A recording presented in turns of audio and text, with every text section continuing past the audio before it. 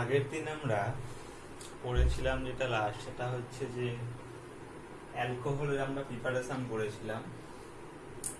আজকে ক্লাসে আমরা করব প্রিপারেশন অফ অ্যারোমেটিক অ্যালকোহল অর্থাৎ ফেনল। ঠিক আছে, তো ফেনলের তোমরা স্ট্রাকচার প্রত্যেকেই জানো। এইটা হচ্ছে আমার ফেনলের স্ট্রাকচার। এটা একটা অ্যারোমেটিক অ্যালকোহল এবং এর আর একটা প্রচলিত নাম আছে, তোমরা অনেকেই শুনে থাকবে, নাম হচ্ছে কার্বলিক অ্যাসিড, যেটা সাধারণত আমাদের ঘরবাড়িতে সাপ বা এই জাতীয় কোনো পোকামাকড়কে তাড়ানোর জন্য ব্যবহার করা হয়। অর্থাৎ ফেনলেরই আর একটা নাম হচ্ছে কার্বলিক অ্যাসিড। অনেকের হয়তো বাড়িতেও আছে কার্বলিক অ্যাসিড, দেখবে এটা কিন্তু মানে ঠান্ডা অবস্থা এটা কিন্তু পুরোপুরি মানে সলিডিফাইড হয়ে যায়। আচ্ছা, এই ফেনলটা প্রথম তৈরি করা হতো মেনলি কোল টার থেকে। এখান থেকে ফেনলটা তৈরি করা হতো, কিন্তু মানে বর্তমানে আমাদের যে ফেনল মানে যে আমাদের কার্বলিক অ্যাসিডের মানে সাপ্লাই হয় তার ম্যাক্সিমামটাই আমরা তৈরি করি by different types of organic synthesis. অর্থাৎ আমরা এখন অর্গানিক সিনথেসিসের সাহায্যে খুব সহজেই ফেনল তৈরি করতে পারি। তো তাহলে আমরা আজকে শিখবো যে কি কি ভাবে আমরা ফেনল তৈরি করতে পারি। ওকে, তাহলে আমরা আসছি preparation of phenol.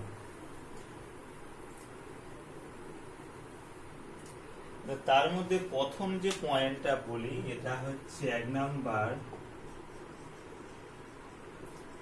From benzene sulphonic acid. মানে আমরা ফেনল তৈরি করব ফ্রম বেনজিন সালফোনিক অ্যাসিড। কিভাবে? দেখো, বেনজিনে যদি আমরা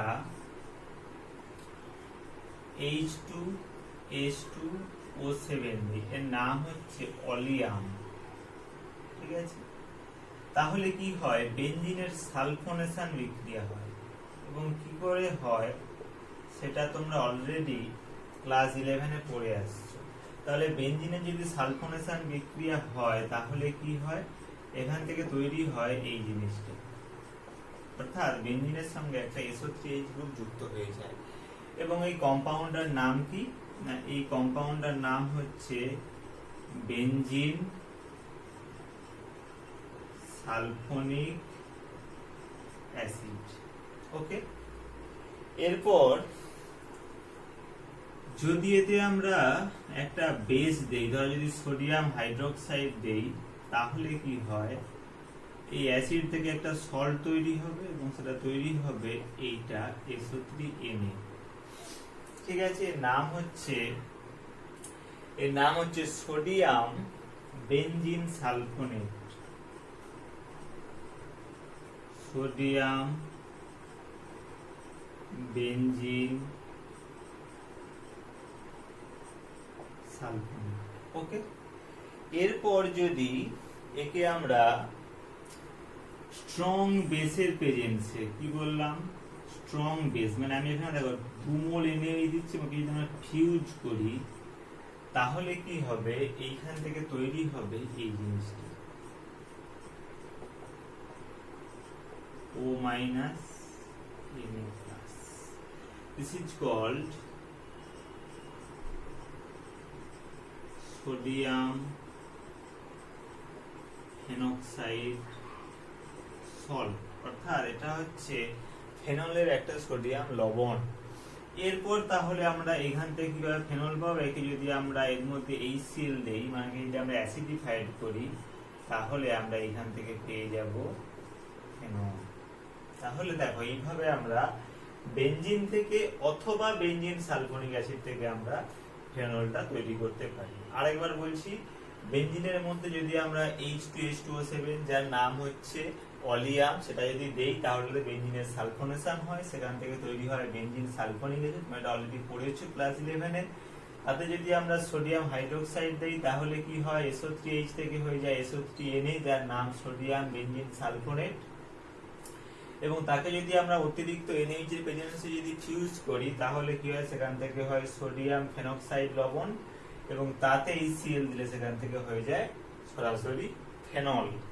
ঠিক আছে, তাহলে এইভাবে আমরা একটা এইভাবে আমরা ফেনল তৈরি করতে পারি। তাহলে এইটা গেল আমার একটা method. Okay,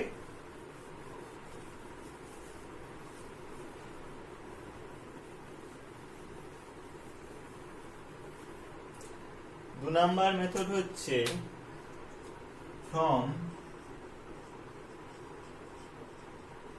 diazonium salt.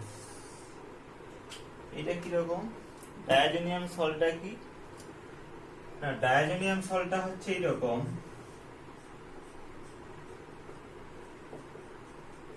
This is called aniline.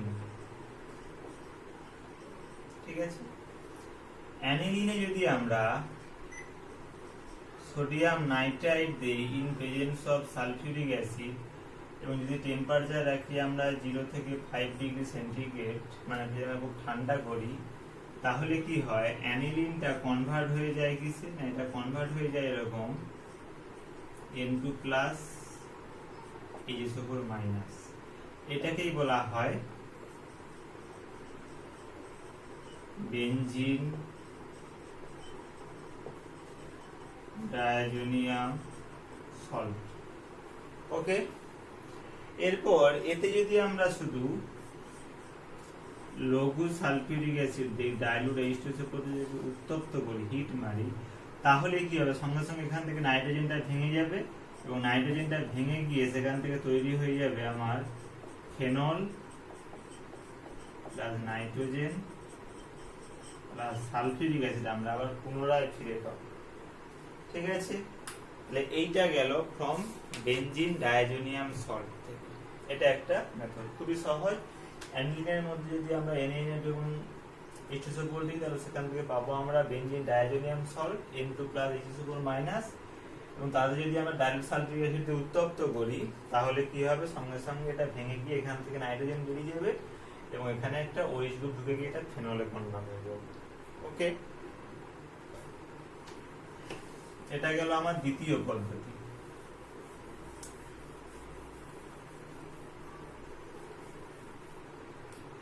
এরপরে আসি third method, from salicylic acid. অর্থাৎ স্যালিসাইলিক অ্যাসিড থেকে আমরা কিভাবে ফেনল তৈরি করব। দেখো, এই OH এর সাপেক্ষে অর্থ পজিশনে যদি একটা COOH গ্রুপ থাকে তখন এই কম্পাউন্ডটাকে বলা হয় স্যালিসাইলিক অ্যাসিড। ঠিক আছে, এতে যদি আমরা সোডিয়াম হাইড্রোক্সাইড দেই তাহলে এটা অ্যাসিডের সঙ্গে ক্ষারের বিক্রিয়ায় কি হবে, একটা লবণ তৈরি হবে। তাহলে তৈরি হবে যেটা, সেটা হচ্ছে OH COONA, এর নাম হচ্ছে সোডিয়াম স্যালিসাইলেট।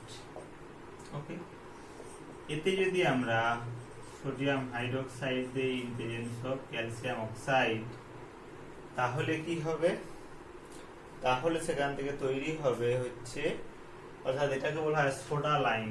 এই পার্টিকুলার রিয়েজেন্টকে বলা হয় সোডা লাইমের কাজ হচ্ছে এটা দিলে এখান থেকে ডিকার্বক্সিলেশন হয়। কি হয়, ডিকার্বক্সিলেশন, মানে এখান থেকে CO2 বেরিয়ে যাবে। তাহলে কি হবে না, এই পার্টটা থেকে CO2 বেরিয়ে যাবে। তাহলে CO2 বেরিয়ে গেলে এখান থেকে তৈরি হবে ফেনল প্লাস CO2টাই সোডিয়ামের সঙ্গে বিক্রিয়া করে, আচ্ছা প্রথমে এটা অ্যাকচুয়ালি ফেনল থাকবে না, যেহেতু আমরা এখানে এটা মানে যেহেতু আমার এখানে মিডিয়ামটা বেশি গেছে, প্রথমে এটা O মাইনাস এবং Na প্লাস থাকবে, এবং তার সঙ্গে এখান থেকে CO2 বেরিয়ে যাবে। এরপরে যদি একে আমরা ডাইলুট HCl দ্বারা অ্যাসিডিফাইড করি, তাহলে এই সল্টটা থেকে অর্থাৎ সোডিয়াম ফেনক্সাইড থেকে আমরা ফেনল পাই। ওকে, তাহলে এইটা একটা আমার মেথড গেল।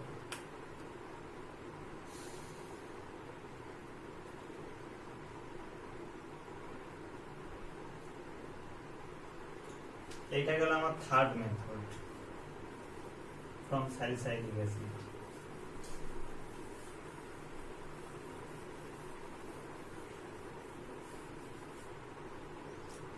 চার নম্বর মেথড হচ্ছে from Grignard reagent.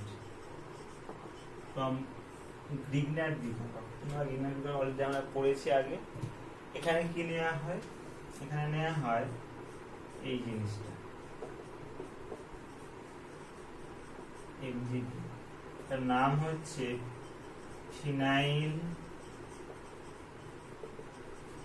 Magnesium bromide. যেমন আমরা আগের দিন পড়েছিলাম এইটা CH3MgBr। এখানে কি হয়? এটা ডেল্টা মাইনাস ডেল্টা প্লাস হয়, কারণ এর কি নাম ছিল? এর নাম ছিল মিথাইল ম্যাগনেসিয়াম ব্রোমাইড। তাহলে সেই রকম এইখানেও এই গ্রুপটা কি ফিনাইল, তাহলে এইটা হবে মাইনাস, এইটা হবে প্লাস। এবার এতে যদি আমরা হাফ O2 দেই তাহলে কি হবে না, এখান থেকে তৈরি হবে এই জিনিসটা O মাইনাস MgBr প্লাস। ঠিক আছে, এরপর যদি এতে আমরা অ্যাসিডিফাইড করি, সাপোজ যদি এখানে ডাইলুট HCl দেই তাহলে কি হবে না O মাইনাসটা হয়ে যাবে OH। ঠিক আছে, তাহলে এইভাবে আমরা একটা, তাহলে এইটা আমার একটা গ্রিগনার্ড বিকারক যার নাম ফিনাইল ম্যাগনেসিয়াম ব্রোমাইড, তাতে আমরা দিচ্ছি হাফ মলিকুল অক্সিজেন, দিলে সেখান থেকে তৈরি হচ্ছে এটা O মাইনাস MgBr প্লাস। তারপরে সেখান থেকে হচ্ছে তাতে মানে একে যদি আমরা অ্যাসিডিফাইড করি তাহলে সেখান থেকে আমরা পাচ্ছি ফেনল। ওকে,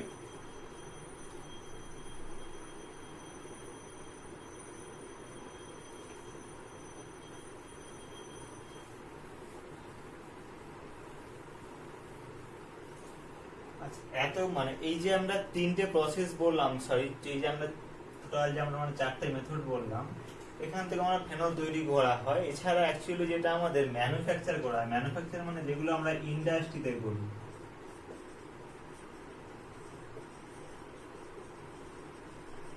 অর্থাৎ ইন্ডাস্ট্রিতে আমরা যেভাবে ফেনল তৈরি করি সেগুলো হচ্ছে এইরকম, যে একটা হচ্ছে from aryl halide,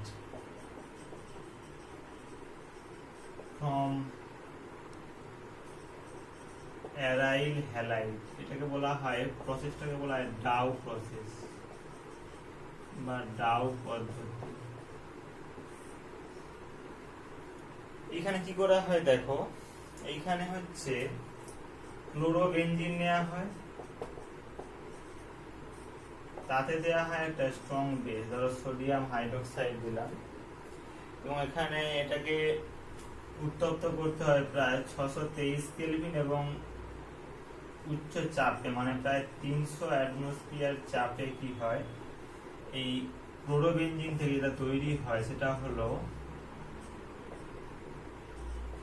O minus Na+, মানে এখানে একটা সাবস্টিটিউশন রিঅ্যাকশন আর Cl এর জায়গায় OH টা প্রতিস্থাপিত হয়। তারপরে একে আমরা ডাইলুট HCl দ্বারা অ্যাসিডিফাইড করলে সেখান থেকে আমরা পেয়ে যাব ফেনল খুব সহজে।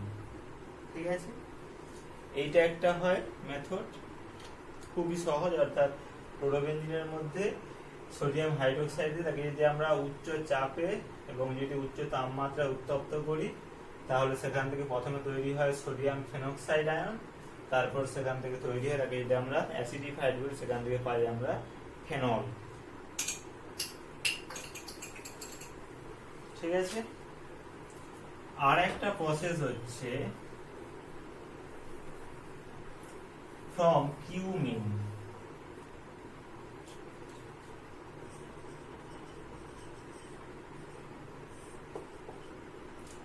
কিউমিন থেকে হয় কিরকম,